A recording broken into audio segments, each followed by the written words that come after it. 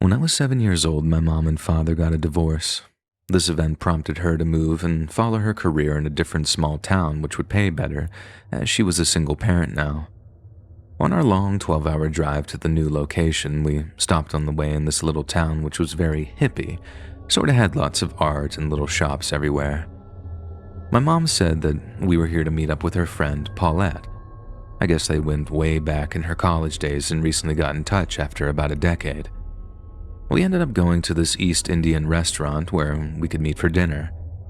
This slender, somewhat fragile woman walks in. She was very tall, well over 6 foot, big, frizzy, curly brown hair with blonde streaks in it. She was Caucasian, wearing a colorful shawl with feather earrings with very pale blue eyes. She looked like a mosaic tapestry or something. She walks over to the table and gives my mom a greeting and a big hug, makes her way over to my older brother and shakes his hand. After, comes around to my side of the table. I lend my hand out to her and she just stood there, expressionless, with her mouth partly open with a blank gaze, just staring at me. It briefly made me uncomfortable, and then a flick of a switch, this spark ignites in her face and she makes this huge Cheshire cat smile, kneels over and hugs me tightly. She goes back to sit with my mom and then catches up over the years while we eat dinner. My mom got the bill and said to Paulette in the parking lot, "You can just follow us." We got in the car and my mom explained to us that Paulette was actually coming over to live with us for a while. Paulette followed us for the next several hours. We got to the new place and unpacked our necessity items since we had hired a moving truck with the rest of our stuff arriving in the morning. There was a bunk bed already set up at this place for my brother and me. It was roughly 11 p.m. when we arrived and we quickly fell asleep. However, I woke up at around 1:30 a.m. to find the patio deck light on, which was right beside our room.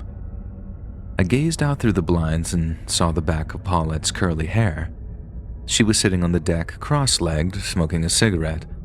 I didn't think much of it and lay back down until I noticed the light from the window was partly blocked out. I looked behind me and saw the unmistakable outline of Paulette's shadow facing my window. She was there for a few minutes and I didn't want to lean up, so I just pretended to sleep. Her shadow moved and I heard the front door close. The patio light turned off after a few minutes and I repositioned myself facing the wall to go back to sleep. As I began to drift off, the door to our room opened slowly, but it wasn't my mom. It was Paulette, wearing a nightgown. I turned back to face the wall and closed my eyes. She quietly made her way to my bunk and started to comb the back of my hair with her fingers in a claw formation, running her nails on the back of my scalp. I kept my eyes closed tightly, nearly holding my breath, trying to give no sign that I was awake. I smelled some essential oils like lavender, and she started rubbing oil into the back of my neck and pinching the back of my neck muscle, sometimes holding it and releasing it. I began to accept whatever was happening because it didn't feel all that bad after a while. I actually ended up falling asleep to it after my initial confusion. I woke up in the morning and Paulette was waiting at the table with cereal for my brother and me. She put chocolate chips in my bowl, but not in my brother's, and my brother and I made small talk with her and she seemed to be trying to make us comfortable with the new situation. My brother went back to his room and set up his GameCube after his cereal, and since I was a slower eater than my older brother, I was always the last at the table. As I slowly ate, she sat there, watching my every move. Once I finished, I said, "Thank you," and grabbed my bowl to bring it to the sink. She placed her hand on mine and said, "I gave you a neck massage so you wouldn't pee your bed. I know lots of young ones pee beds when they sleep in unfamiliar surroundings." I looked up at her and said, "I've never peed the bed before, but thank you." She continued to massage the back of my neck for the next few nights. I ended up telling her that I was comfortable here now and that she didn't need to do this anymore. She reacted with a sigh, but acknowledged it. I started elementary school the following week, which meant getting earlier night's sleep at around 8 p.m. Paulette and my mom would stay up much later than my brother and me and drink wine. I used to wait for everyone to go to bed before using the washroom at night to pee because my mom would scold me for being up late on weeknights. Once the house got quiet at around 11 p.m., I would sneak out and tiptoe to the washroom. This became my routine for the next few weeks, until Paulette started doing the same thing at the same time every night. Every time I opened the door, she would blaze down the hallway across from my room. It happened so frequently that I started going outside to pee from the back mudroom. She began to make me very livid. I would open my door as quietly as I could and then sprint to the washroom. This seemed to work for a while until one night when I got up slightly later than usual and around midnight. I was a little more careless with noise because I was half asleep and groggy. I opened the door, and Paulette's door slammed open instantly.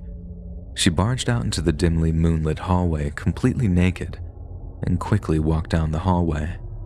I was already so far down the hallway that I couldn't turn back to my room. I jumped behind my mom's jade plant, squished my knees to my chest, and tucked my head down. She whizzed straight by me so fast that I felt the wind push my hair. She stayed in the washroom for almost an hour with the door open a crack and lights off in silence. I stayed there beside the washroom, tucked in the corner behind the plant pot, not making a sound. I heard the washroom door open completely and she started pacing up and down the hallway. I kept small and insignificant behind the plant until she went back into her room. I brushed this off as a complete accident. It was just unfortunate timing. But no, every night going forward, she would literally sprint down the hallway naked if I made a single noise, creak the floorboard, or open my door. About 2 months into this, my brother and I were sword fighting with tree branches outside. He ended up clipping my forehead, causing it to bleed pretty badly. Paulette saw this happen and walked up to my brother. I thought she would scold him, but instead, she stomped and kicked him in the head with her boot, causing him to fall on his back. He got up off the ground crying and ran into the house. She grabbed me and started cradling me, rocking me back and forth like a baby. She was shaking so much that she was vibrating and repeatedly asking, "Are you hurt? Are you hurt?" in a shaky voice. Anyway, my mom found out through my brother what happened and decided that she had to leave. And on her final day, Paulette made a point to see me one more time in the driveway before entering her car. She knelt down and said, "I hope I can see you in a different life. You remind me so much of my husband. Goodbye," and started bawling her eyes out, hugging me. I asked my mom who her husband was, and I guess he was some Marine who had died in Afghanistan a few months prior to her moving in with us. My mom said that she would frequently say how much I reminded her of him on a daily basis. My mom hasn't spoken to her since. To this day, I had never told my mom about the massages or anything else because Paulette was already exiled, and I felt that it would just cause more drama. If you enjoyed this scary story, listen to thousands more, either over on the Let's Read YouTube channel or podcast.